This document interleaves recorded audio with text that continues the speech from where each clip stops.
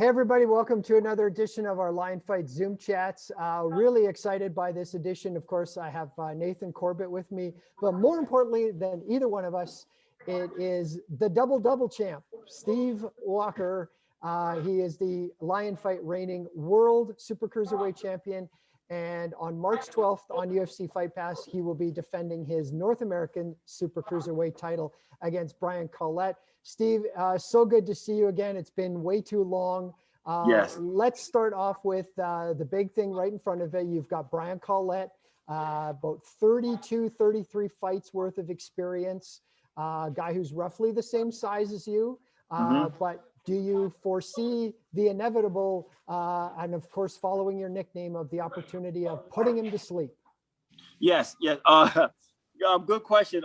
I've been watching his fights. I've been doing my homework, studying, trying to find holes in his armor.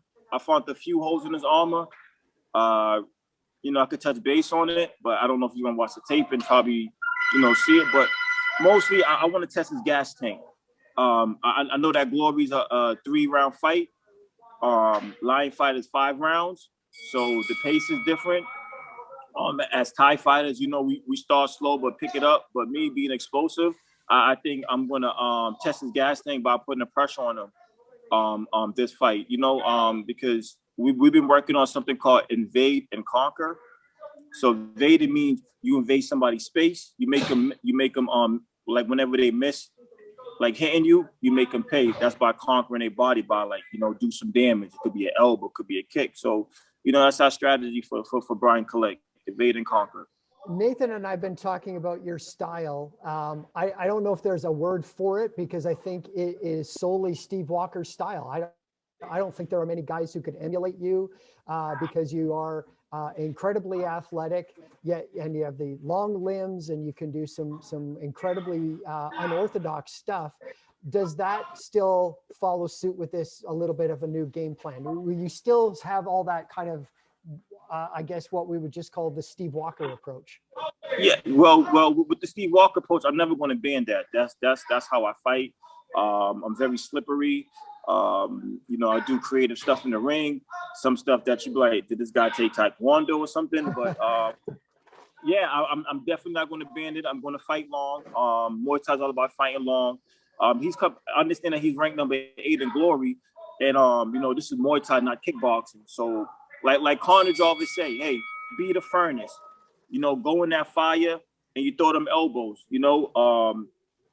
Like use your 8 limbs. So I'm not sure if Collette has 8 limbs. Because he's coming from Glory, like I said. But I'm going to show him why I'm the champ, and I'm going to show everybody that, listen, you keep knocking on my door, I'm just going to keep knocking you guys down. Win or lose or draw, I'm going to put on the fight, I'm going to put on the show. But I know that Collette is very explosive. But I think I'm going to give him a run for his money. I'm going to test his chin. So I want to know, Steve, and we're going to go to Nathan with this question. I want to know what Nathan has been teaching you on the side during all this COVID layoff. Nathan, go ahead.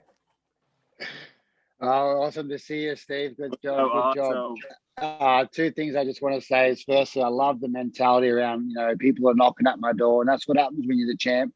People are always coming knocking at your door, and it's only and when you decide that they can, knock at the door and take the belt, that's when they'll take it. Until you decide that, they won't be taking the belt. That's the first thing. Yeah. I can see that confidence in you, and I love that confidence. I was mentioning earlier when we were talking about, on the show before this, we were talking about, just, not my picks of who's winning and who's not, but this kind of business, but more around like, okay, let's talk about Collette, his assets. Let's talk about Walker and his assets. And one of the things that I was talking about is exactly what you just mentioned there. Collette is coming from a kickboxing background. Doesn't mean he doesn't know how to elbow. But you got Walker here, who is dynamic, who is southpaw, who we've been, talking since I met you about your elbow game, improving, and something that you love to do and want to do. So, take us through maybe a little bit more about that and how you've fallen in love with the elbow game as well.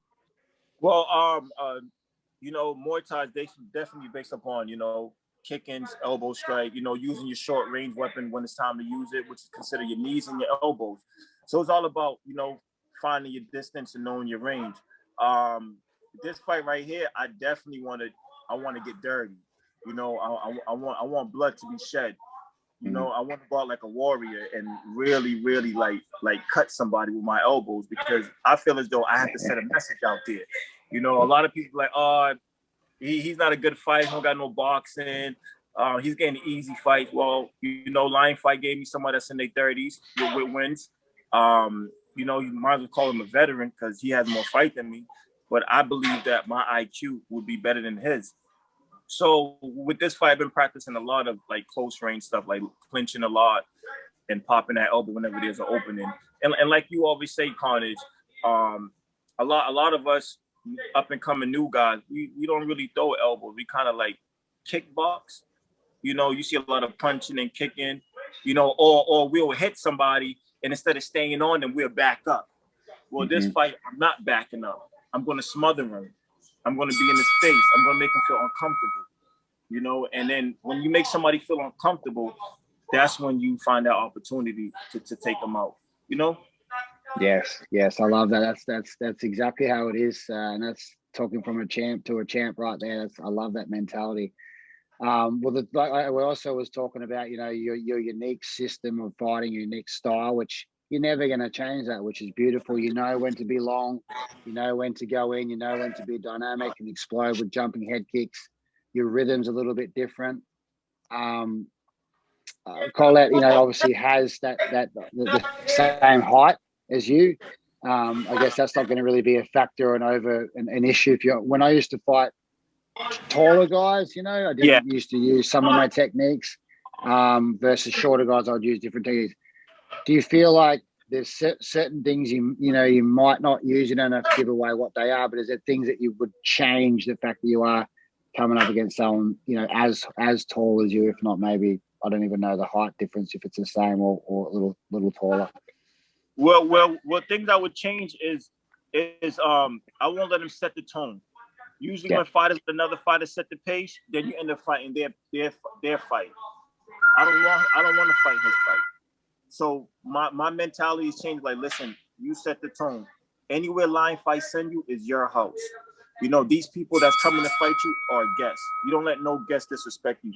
So I keep that mentality. Listen, when you go in that ring, in that arena, it's you versus him.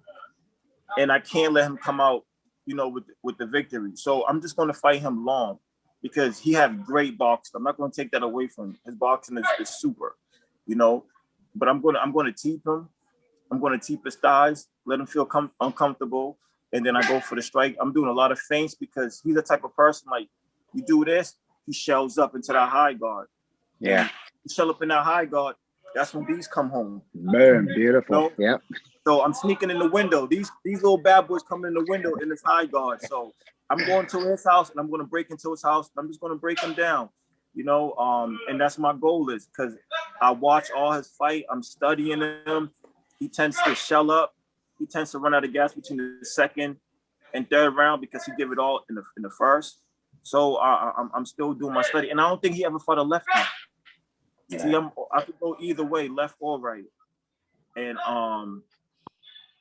sorry about that. I had an incoming call. Sorry about that.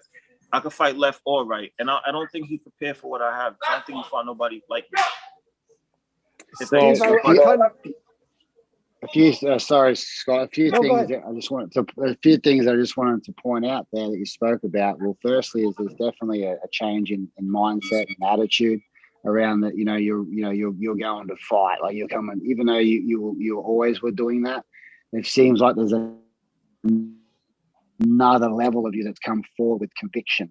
So like, this is mine. This ain't going to be anyone else. I'm going to have to hurt you if that's what it takes to keep the position that I am. That's the first thing I wanted to point out that is noticeably different, which I'm very excited about.